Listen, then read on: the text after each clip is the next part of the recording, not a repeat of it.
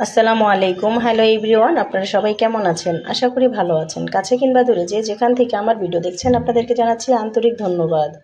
তো আমি বানাবো আজকে ঝাল ঝাল মূলোর বেগুনি।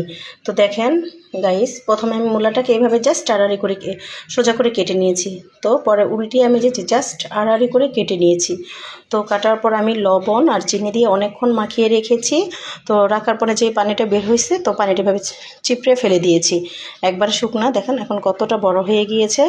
তো চিনি আর লবণ দিয়ে ভিজিয়ে রেখেছি, এই জন্য আর মূলার গন্ধটা আসবে না, খেতে খুবই মজাদার হবে। তো এখানে আমি মশারির ডাল আর চাল বেটে নিয়েছি।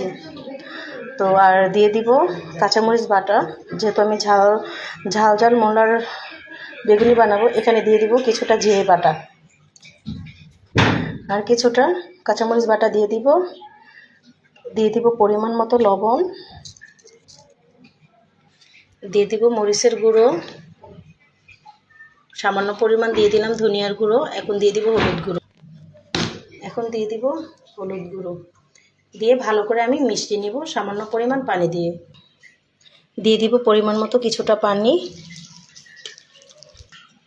দিয়ে দিব ধনিয়া পাতা কুচি, দিয়ে আবার একটু মাখিয়ে নিই। চুলায় কড়াই বসিয়ে দিয়েছি, কড়াইতে তেল দিয়ে দিয়েছি, তেলটা গরম হয়ে গিয়েছে। তো এখন আমি ঝাল ঝাল মূলার বেগুনি ভেজে নেব। তো এই যে এইভাবে একটা দিয়ে দিলাম, সবগুলো আমি এভাবে ভেজে নেব। তো ভাজা হয়ে গিয়েছে, এখন আমি উঠিয়ে নিব।